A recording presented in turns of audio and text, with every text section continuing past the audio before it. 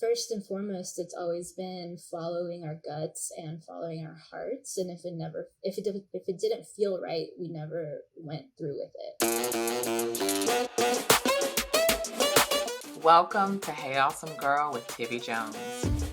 Every week, we interview amazing boss babes in tech, medicine, law, entrepreneurship, entertainment, parenting, and more. About their lives, their goals, their why, in order to discover how every day they're working to add more pleasure, ease, and abundance in their orbit. Ooh, hold up. We gotta unpack that. This show is part business advice, part life coaching, part real talk with girlfriends. See how she be coaching me? If you're looking for a show that's real and relatable, but also inspiring at the same time, this is the one for you. I'm your host. I am Tivi Jones. I am founder and CEO of the creative agency Hey Awesome Girl. I'm dog mom to Miss Olivia Carolyn Pup Jones, who is so cute and adorable and who is waiting for me to feed her outside of this door right now. And I'm someone who loves coffee as part of my morning routine.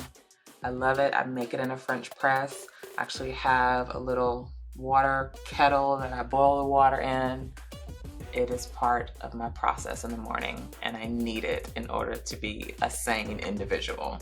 And if you're anything like me and you love coffee, you will love this episode too. You will meet Areli Barrera-Grodski, who is an amazing business owner. We're digging into how to run a business with heart. We discover how running a business can lead to spiritual growth and spiritual changes. It is a fantastic episode. I could have talked to Areli for an hour longer. I love talking about this stuff. Like, if you can get me talking about business and spirituality, bruh, I will not leave you alone. It is really good, so I hope you enjoy this episode. Welcome, Areli, to the show. Thank you, Tivi. Thanks for having me. I'm so happy you're here. Let's start with the basics. How are you doing today in this moment right now? In this moment right now, I am feeling good. I'm feeling calm. Yeah. Had you asked me yesterday or last week? Stressed. But yeah. Do you want to dig? I mean, well, let's let people know who you are first, then we'll dig in. I'm already like, let's talk about it. Let's unpack the stress. Who are you for folks who may not know? So my full name is Areli Barrera-Grodski. I'm originally from Mexico. I moved to the U.S. when I was 6 years old. I grew up in San Antonio, where I call Salinas, Texas. We moved to Cherokee, North Carolina when I was 10, which is pretty much where I grew up. And I, alongside my husband, Leon Grodsky Barrera, own Cocoa Cinnamon and Little Waves Coffee Roasters in Durham, North Carolina. First of all, I know you personally. I love you and Leon. I love Cocoa Cinnamon, Little Waves, like all the brands that your empire is at this point. How did you get started for people who may not know? Wow. How did we get started? We got started in 2010. First of all, let's put a date and year to it. Cocoa Cinnamon, the name came to Leon in a dream. And the idea of creating a coffee shop with him and working in the coffee industry was something that he had experience in, and it's actually how he and I met. And I think there was definitely, for me, like my first job in coffee was with him. And I felt like there's so much community attachment to what it means to work in coffee. Yeah. And it was just something that was very attractive to me. It really resonated with, how I wanted to be in this world and the kind of work that I wanted to put out, knowing that it's something that it's something that's ever evolving, is what I Mm-hmm. really appreciated about it, is that it's not a static thing, even though you can build your habits and your like routines around it, and yet Yeah. it's something that is constantly growing and changing. Mm-hmm. And I think because of that, and our knowledge with it, like he and I decided to start our own company together. um, and we kind of started this with a business plan and just kind of dreamed really big with no money or access to money. um, but knowing that we had the experience of Leon doing it before, and Mm-hmm. having seen the experience of my like dad, like I mentioned, I was born in Mexico, so we're immigrants, and seeing my dad since I was a baby, really, like he's been helping his family. He's one of 10, like open up shops, like craft shops, across Mexico and across the United States. And seeing him do it, like just very nonchalantly, in a sense, like he just Yeah. put his mind to it and he did it. And he like, it was something that he like had a lot of experience in. And so Mm. it was interesting to like grow up in that. And also like I went to school. I was one of the first people in my family to graduate from undergrad, Mm. and I honestly only went to school for the reasons of education, not really for a career. um, Mm-hmm. but also just like thinking about like what can I do with this knowledge, and I ended up majoring in Spanish. Mm-hmm. um, And I always get like these looks of like, but you're fluent in Spanish. It's like, but you're fluent in English, and there's English All right. majors. True. um, Touche. so that was kind of my like inspiration to go to UNC Chapel Hill. Is I was going to this community Cuckoo. Sorry. college. My Spanish teacher actually at my community college in Silva, um, told me about the program at UNC, and that's why I Mm-hmm. was interested in that. So I was like, maybe I can be a Spanish teacher with this knowledge. But then I moved back to Cherokee after graduating and started working in coffee, and I was just like, this feels a lot better for me. Like the Mm. idea of cultivating community and knowing that this isn't just local, like you can actually look at it from a global perspective of like Mm. how you purchase, and like like there's a story behind every single part of the chain. Yeah. And there's a possibility and opportunity to create value and change, and Mm-hmm. just good vibrations all across the board. um yeah, that's how we got started. In 2010 we got married, and we built our business plan, and we had our accidental honeymoon. It was a trip that he and I had planned before we were Uh-huh. ever romantically involved. Huh. And yeah. I didn't know all this. I'm getting the tea. Where is my Oh, mug? I don't even have my mug on my desk right now. um, and yeah, like we were, it was my first time in Europe, growing up in Cherokee, which is an indigenous community. Like Mm-hmm. I had these perceptions that like I never wanted to go to Europe, like, F the colonizers. Right. Yeah. Very angry, like look at the world of, but I was, surprised at what I was able to see there, and understanding that there's like complexities, and there's like, you know, Mm-hmm. complexities and nuance. I was still very surprised to be in a country. We went to Sweden for his friend's wedding, Mm-hmm. and I like was just surprised to see the impact of what it means to live in a society where you're taking pedestrians into account as opposed to cars, and Mm-hmm. like Mm-hmm.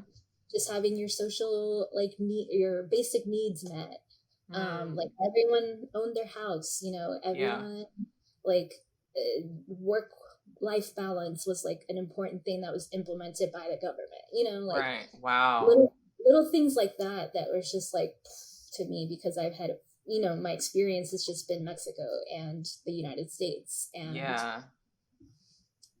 And what you we know, center is different in our society. We center absolutely. a lot of different, yeah, a lot of different things. Yeah, like, you're taught to work hard in order to Hmm. attain what you want in life. Yeah. And um yeah, and I mean, yeah, it is a very materialistic perspective.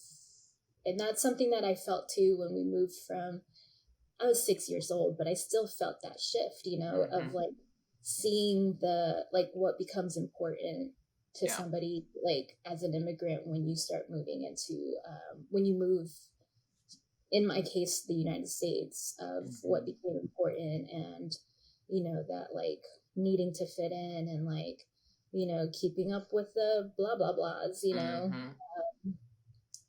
I don't know. So all of that, just like, I was just really like amazed by the experience of seeing the, like, what different societies valued and how that Hmm. was implemented, and like thinking about business from that perspective of like, how do you use it as a vehicle to create the life that you want to lead, and how do Yeah. you create that for opportunity for other people as well. How do you balance like all the things, like the big visions for your business, the sort of um ethics of your business, the values with the actual sustainability, because we live in a capitalist society. Like there are real expenses, there are real, you have a staff that Mhm. expects to get paid. Like how do you balance all of those things at once? And doing business with your partner, like like all of that. Yeah, it's a challenge for sure. I think the more you care, the harder it is.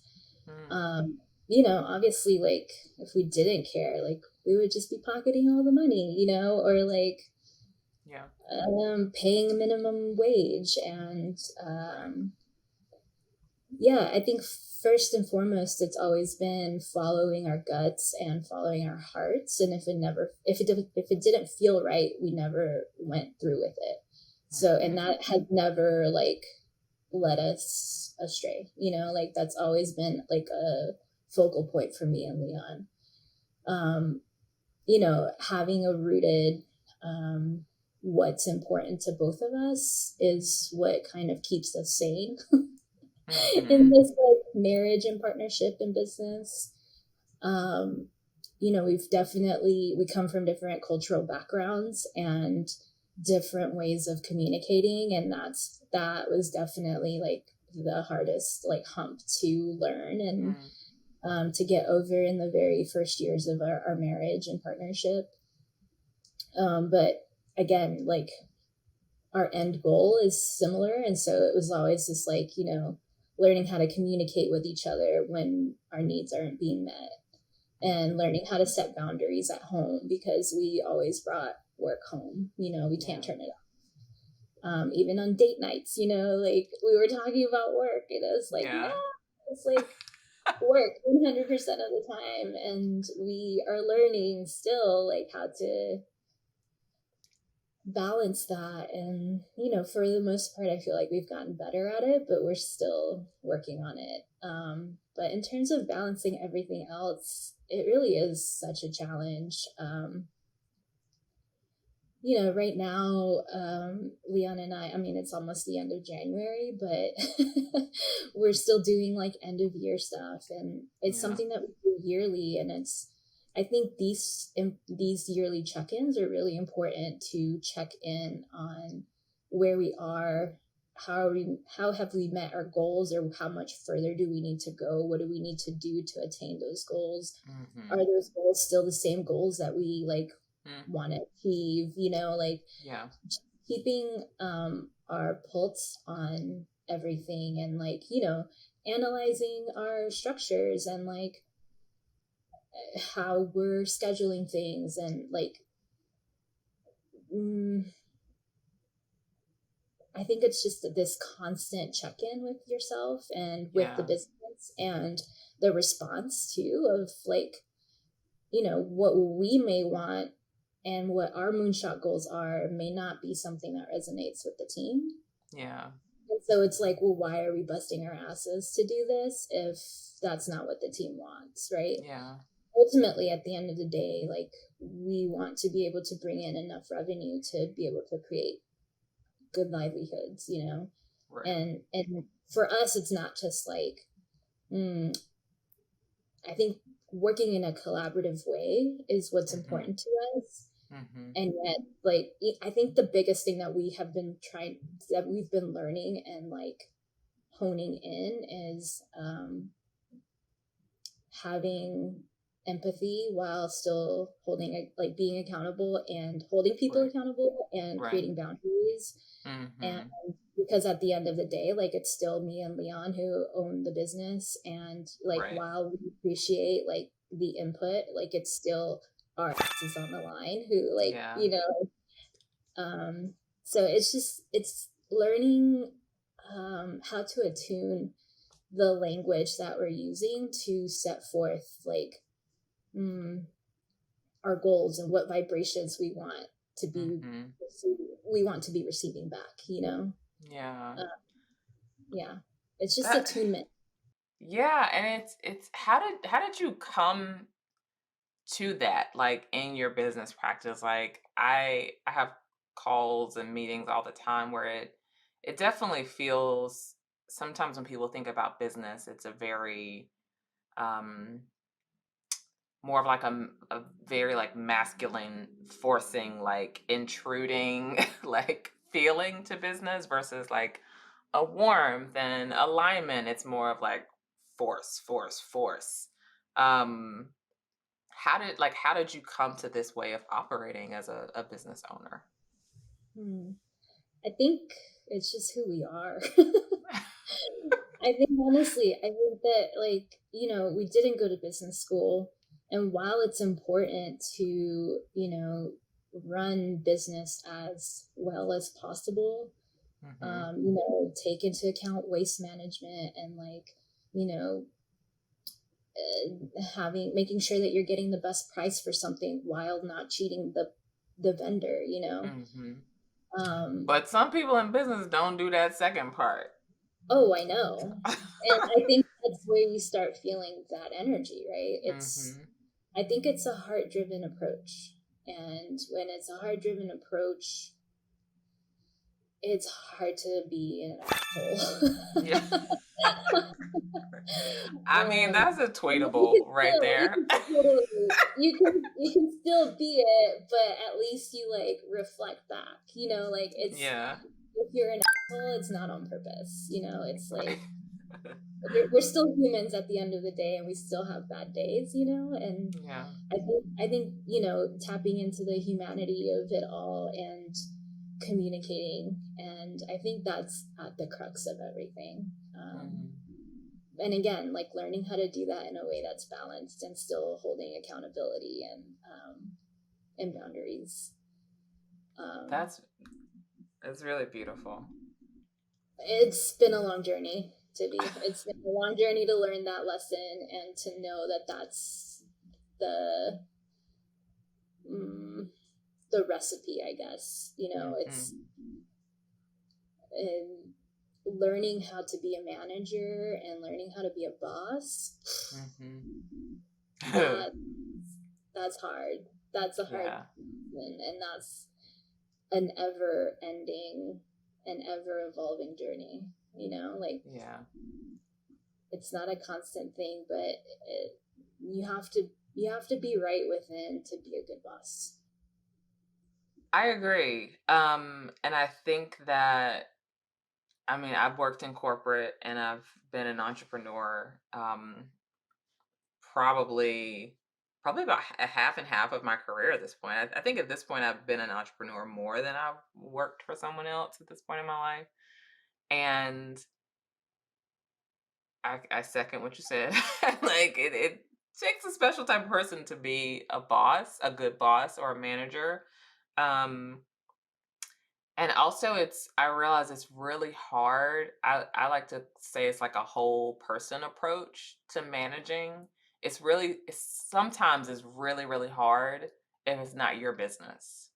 Because what I realized when I worked in corporate is I would try to take that approach as a manager and consider, like, I work with humans. They're not widgets for the purpose of whatever business goals we have. It's not like a hammer. Like, it's Hannah, it's Heather, it's Raja. You know what I mean? Like, it's a person that we're working with, and I try to consider that whole person, but not every not every manager above me considers that. And so one of the things that really makes me believe that I am 100% an entrepreneur, I am never going back to work for anyone else, is I just like to approach managing people very differently. I like to approach work like, yes, I work hard as hell.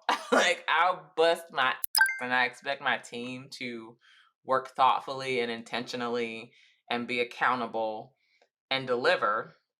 But I also, like, really consider them a whole human being, which they are. And it seems like a radical approach to some people, but it really isn't. Like, you work with humans, you work with other people. But yeah, it's hard discovering, like, what type of manager you are and how to do that with heart and intention. Yeah, I think, a lot of that is just being conditioned in what we're taught, what we see, Hmm. like, yeah, I mean, it's hard because you have to unlearn so much. Yeah.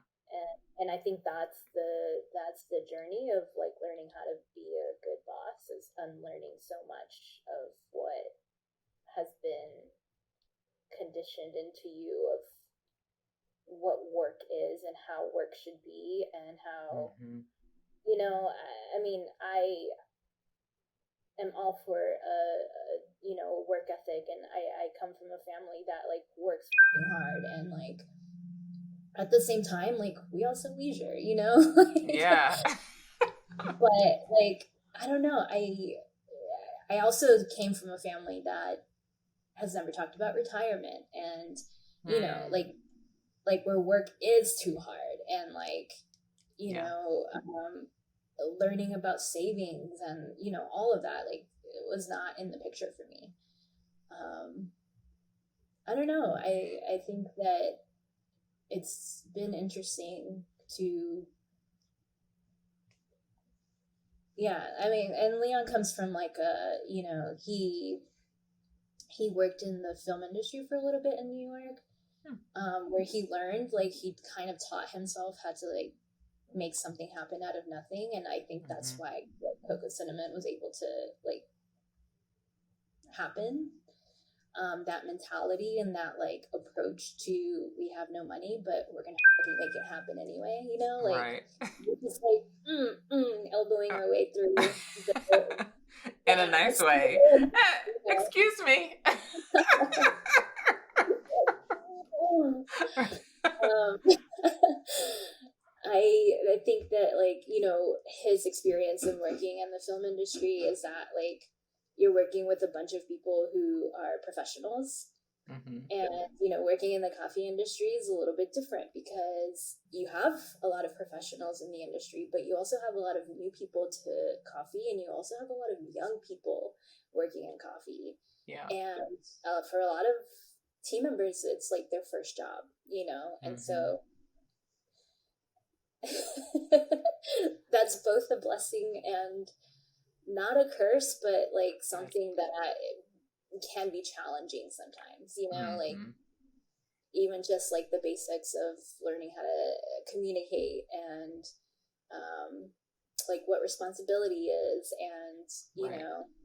and at the same time like a lot of these like people like have the best work ethic too, and Mhm. it's just like I don't know, it's an amalgam, and it's a complexity thing of, like I said, like the thing I love about coffee and working in this industry is that it's an ever evolving thing, and you learn something from every single experience. Mhm. And I think I have definitely grown a lot as a human being, and that's what I like value the most out of this work. That's Beyond beautiful. Well, Yeah. but also beyond the like, impact part of being Right. able to buy coffees from like women producers, for instance, and Mm-hmm. like specifically women of color producers, and paying above a fair wage. Mm-hmm. Um, like those are Which also is two. fucking big. Like, first of all, let's like I need you to can you repeat like what you just said about how you source your coffee, like how you compensate your team, because that's not always the case. Right.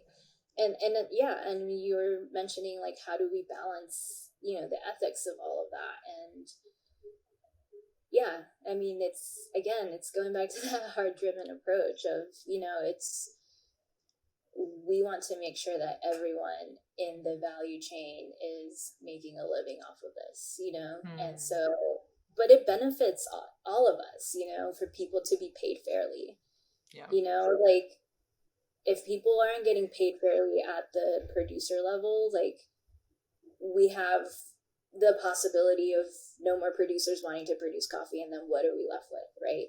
Hmm. There's, I mean, that perspective, but also like I love the idea that coffee producing can be a career, and it Hmm. doesn't have to be this like low skill level of work, Right. there's so there's so much work that goes into producing great coffee. Yeah. And I feel like that needs to be said over and over and over and over again, because I feel like from the Yes. consumer side, it's not something that is mm, held, like I think people Right. know it, but it's not something that we're reminded of on a daily Hmm. basis. That like the journey from seed to cup is such an arduous one, and it can Hmm. easily go bad before it can go good, Hmm. so I think it's just like valuing the humanity of every single person along that. And then also like within that, like, you know, I think representation is such a huge thing. And Hmm. when you uplift women of color, they return back to their community, like Yeah, for sure. it's just a fact. Hmm. um, Can't so argue with that. I don't know. I just feel like it's beautiful to be able to be a company that is both immigrant, Latina, women of color owned, and you see that in our staff. And Yeah. even as a roastery, like alone, like, the cafe space was predominantly very like white male oriented for a really long time. Hmm. And even more so in the roastery level, Mm. because it's one of those things that was just like, it's so gate kept, and Hmm. you kind of promote the people that look like you. And so that's why representation is so important, like, I mean, I feel like the fact that we have so many women of color and like so many Latinas working for us, like, I mean, that in itself is just like representation does matter. Right. But I don't know. I think that's a huge feat for us, is like that our roastery is like predominantly like women of color and non-binary folks, um, I wouldn't say that we're the only ones. We're not. But it isn't like a very common thing. Right. Ideally, Yeah. hopefully, that's changing in our Hmm. industry. But it's just like it takes that work, and it takes that like mindset to know that you should think about giving opportunities to people that don't look like you. Right. Yeah, I mean, and that's one of the things I love about your company and all of the brands, and even just going to one of the many Cocoa Cinnamon locations in our fabulous city. It's so diverse. Uh, the people who are there, the employees, and I feel like whenever I'm there, like I learn about a new type of, forgive me if I'm not saying this right, like a new type of bean. Like you have all the different like types of coffees and roasts and where they came from. And I know I'm gonna f it up. I'm not gonna say it right, but there's just so so many different options. Like I didn't even, and then we did the tasting class in the Mm-hmm. roastery, which was amazing. I know the coffee I'm making at home. Like I'm fucking it up. Like, I'm not doing it right. Even though Leon taught me what to do, I don't remember.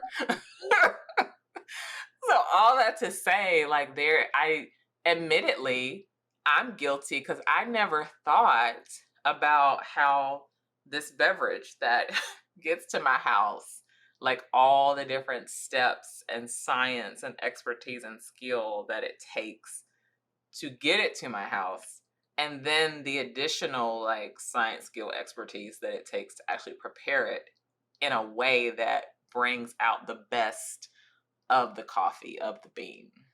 Yeah. So I thank And you for that. oh yeah, of course. But also the best is, relative, and it's subjective, like that. Mhm. It's the best for you. Mm. So Oh, you're too you're not kind.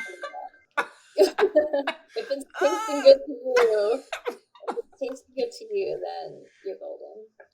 Well, that's a good point. I'm sure we can make it taste better to me if I follow Leon's instructions. Let's shift a little bit. Let's talk about wins. Let's talk about some big wins in your career, and then I'll shift to my next question. Okay. Um, Lots of personal growth. I count that as a huge win. Roaster of the Year. We won Roaster of the Year for 2022, which is this magazine, actually, Roast Magazine. And they're like an industry magazine that puts out this like competition every year, and they evaluate everything from like your business practices, your education practices, how you contribute to the industry, your sustainability practices. Like it's like this holistic perspective of how you run your business.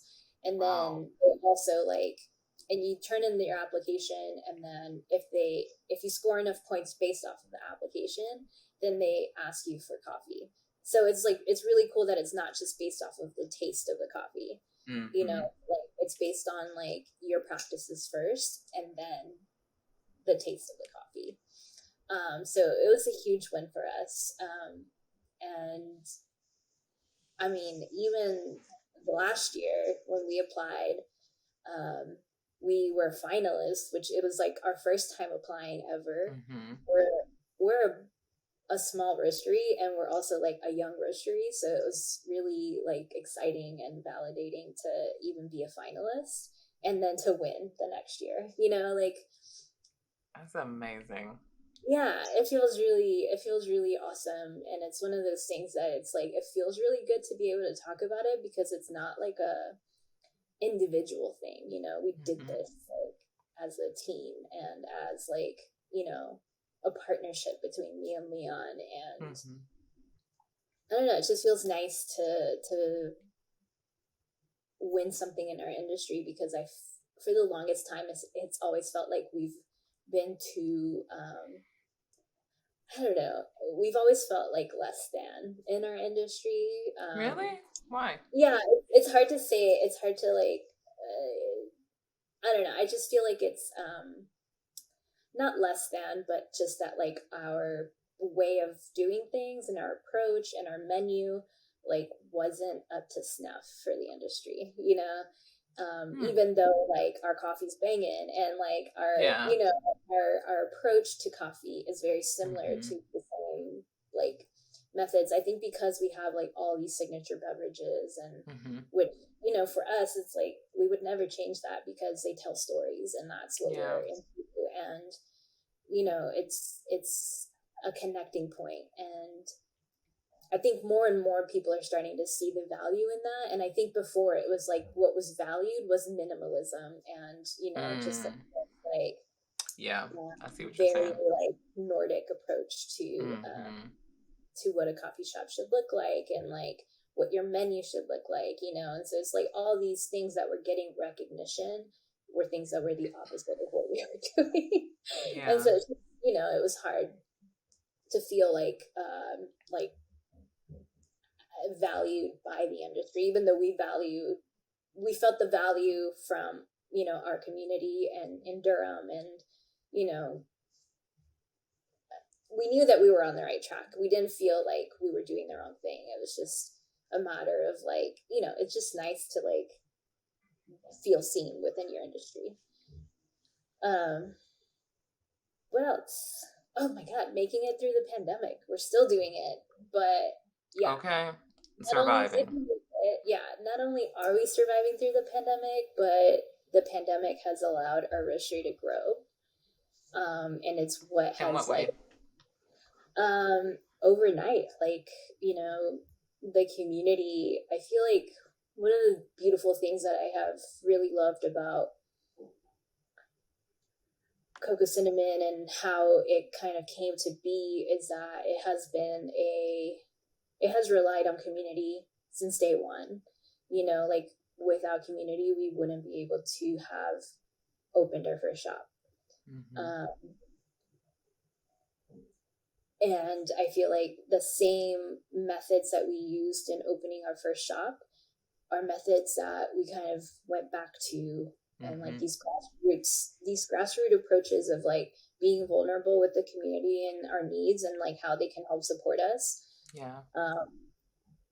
Leon tweeted like, if we sell 230 bags a day, like we can survive this pandemic, Yeah.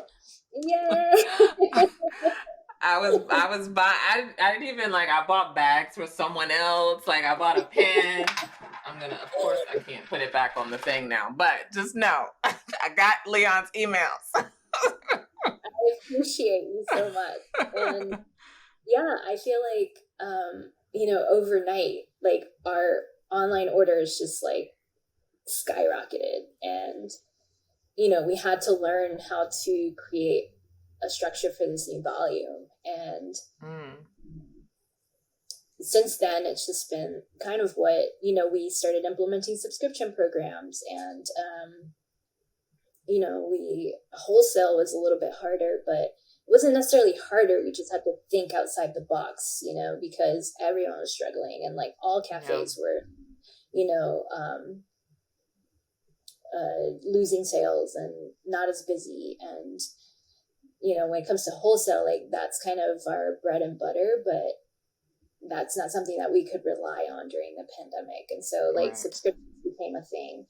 And, like just putting out the message of like, sending little waves across the nation. And we created this map, or Leon created this map where he literally like mapped every zip code that we've sent to. And like our goal is like, let's fill the entire map up. I love it. But yeah, like because of that, like ask that we put out into the community, and the community like responding back, it has allowed our roastery to grow. And it's what has allowed us to stay open and stay afloat. And we didn't have to let any employee go because of COVID. And that was something that we were celebrating on a like payroll basis. Like yeah. We made, we were like, oh my God, thank you so much. Yeah. I get it. And that is big. And the fact that you also like didn't preemptively like fire folks and let people go, like the way that y'all approached it was really beautiful. I'll say as a Durhamite, like it's really easy to support your company. Like you all make it really, really easy. It's like, so I grew up in Rocky Mount and North Carolina, for folks who don't know. And a lot of people listening, if you grew up Black and in the South, you probably have heard the idea of being a cheerful giver before.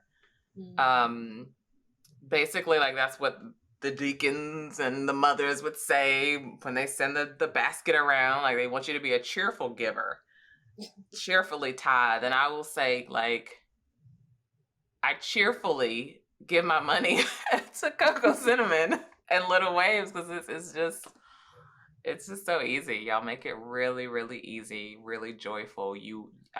As a customer, like I want to support you in all the ways. And so, I'm sure that it has everything to do with who you are as a spiritual being having this human experience and the way you bring that into your business. So sorry to interrupt your wins. I just wanted to just like highlight that.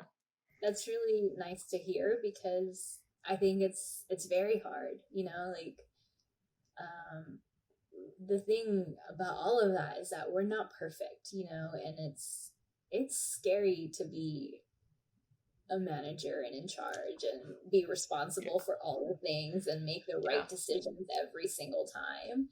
Yeah. um and that's the thing, it's like we are not perfect, and we have so much unlearning, and we have so much learning to do. And I think it really does come down to that rootedness, and just again going back to the humanity aspect of everything. Like, yeah, I think the fact that Leon and I are still going strong is another win. Yes. And that Yes, we've not just going. Areli said going strong, okay? I think that it's hard to be in partnership and in business, and have be romantically involved, live with each other, see Yeah. each other all the time. We definitely have split our like duties. So like he's in charge of the cafes and I'm in charge of the roastery, and that's the way that I think we can stay sane. Yeah. And then we like do these deep dives at the end of the year or the start of the year. What is time? Who cares? We do it at our time. Exactly. But yeah, I mean, there's a lot to be grateful for, and a lot of wins that I feel like even just the small wins, making it another day, making it another payroll. Yeah. Totally get it. Obviously I could talk to you all day. Your spirit is just so amazing and warm. I do want to ask if you have anything else you want to share, you want to ask. I am so curious how it's been going for you, actually. How this entrepreneurship like journey has been for you. I know I told you that I was interested in talking about spirituality and how it correlates to your journey as an entrepreneur. And one of the reasons why I mentioned that was just because of how challenging it is. And like I really feel like it does bring your like spirit of being a human into like perspective. And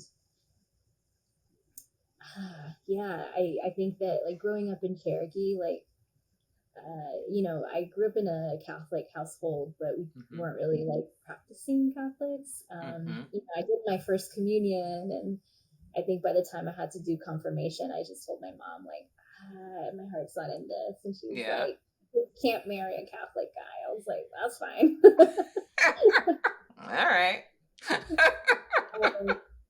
But there is this spirituality within Cherokee that it's just like absorbed, and I don't know how to explain it, but I think it's also like in Mexico, right? Like I think it's this indigenous way of living life and understanding like what Europeans would call magic realism.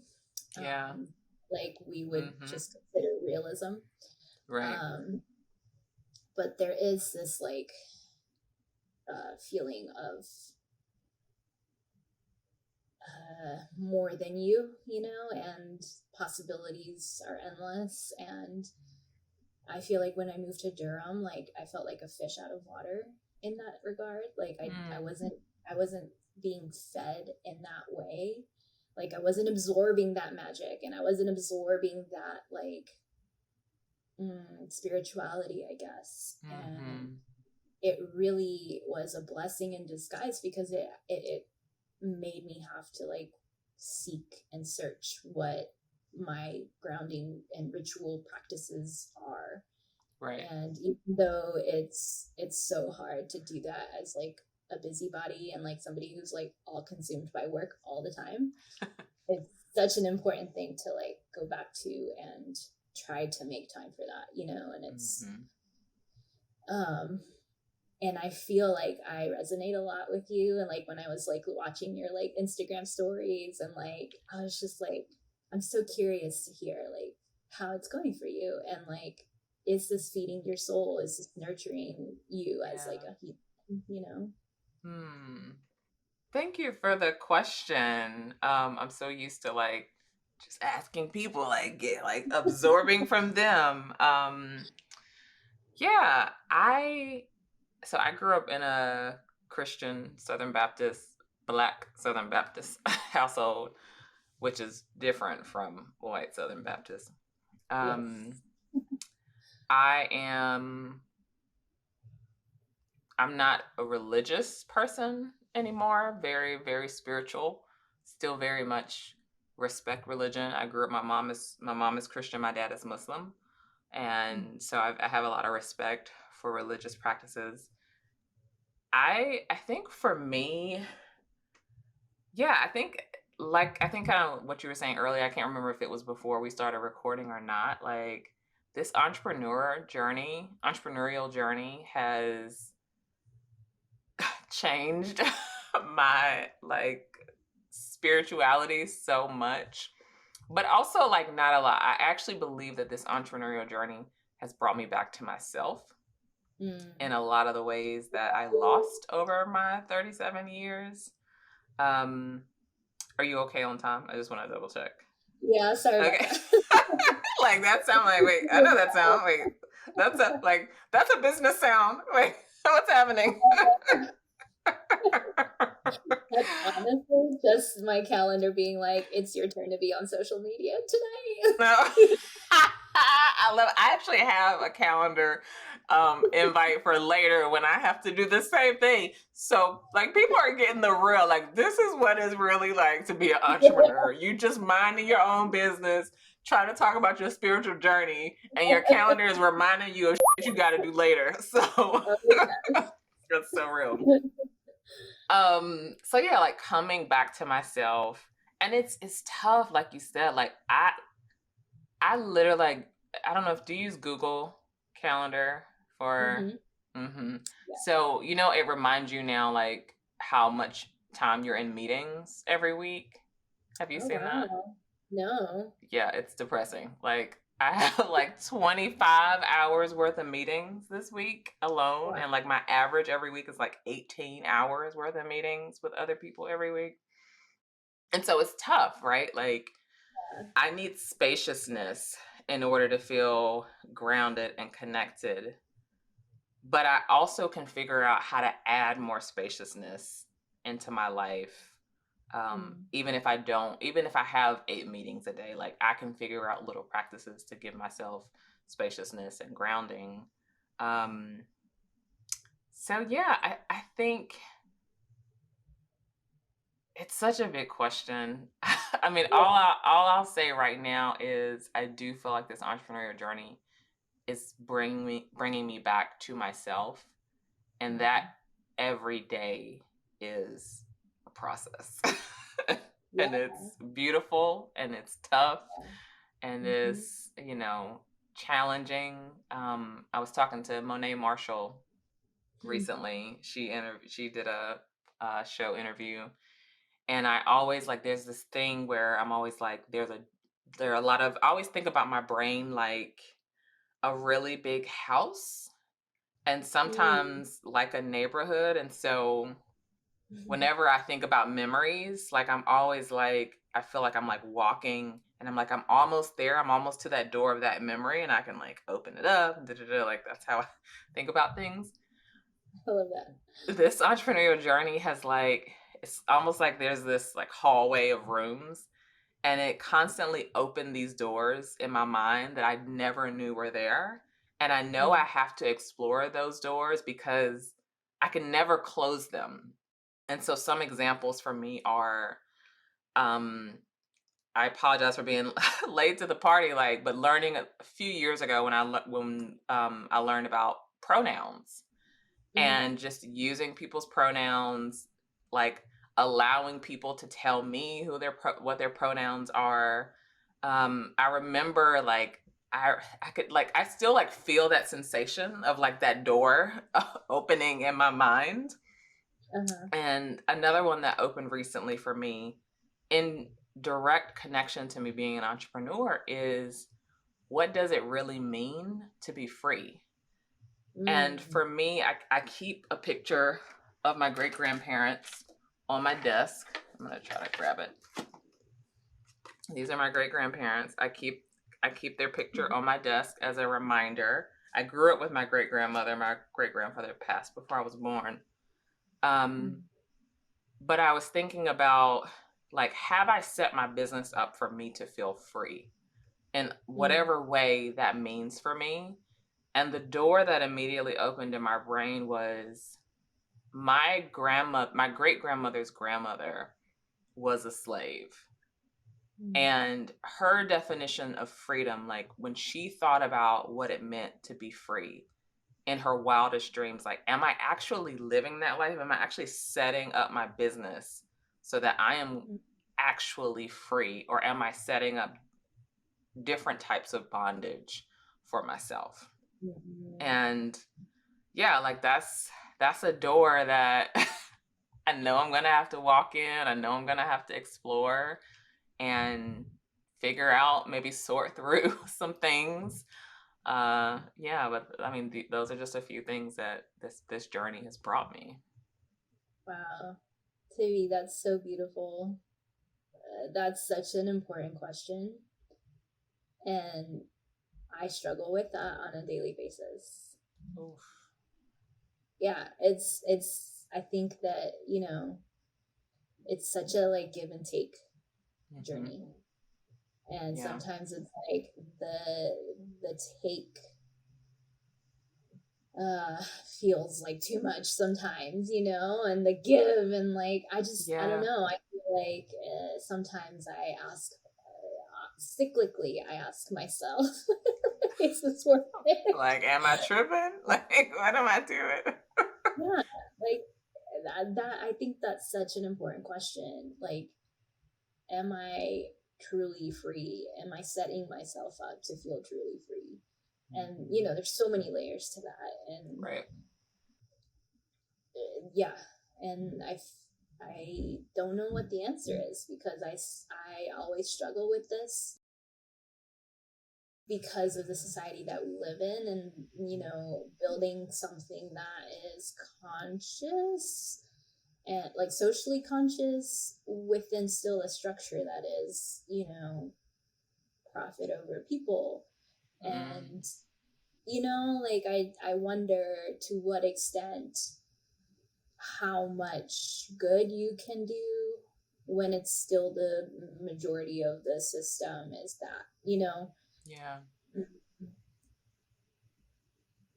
and I think this is where Leon and I differ, and I really appreciate his optimism.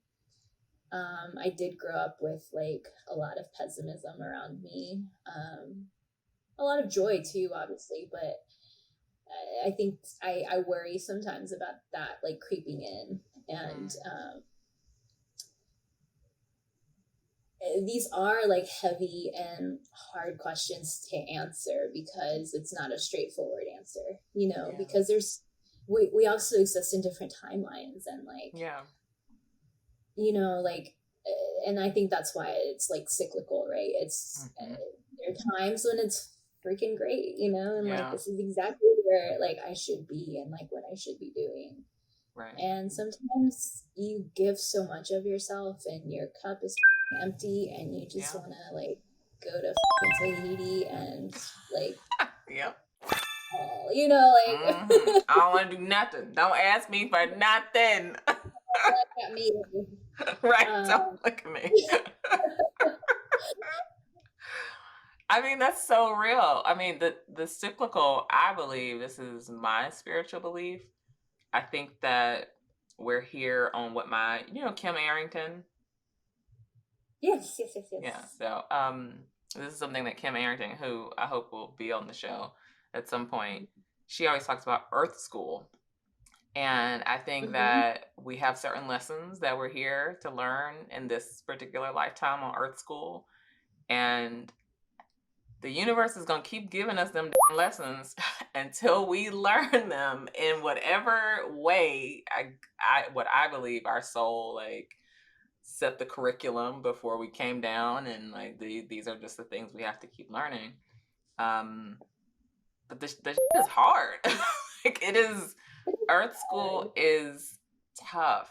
It is really tough, especially when you want to exist at a certain frequency and with a certain dynamics within a system that might not match that frequency and those dynamics. Yeah. All of that. Yeah. Yeah. For sure. Yeah. Wow. Shout out to all you entrepreneurs out there. Bruh, shout out to y'all. Super real. All right. Well, let's tell people where they can find you online.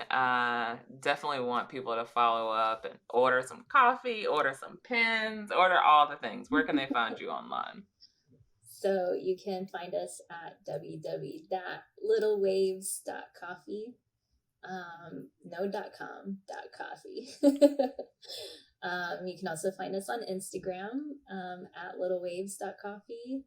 Also at Cocoa Cinnamon. Where else? I mean, that's the more important one, right? It's the website. For sure. Definitely visit. We will add the links to all the things in the description box below.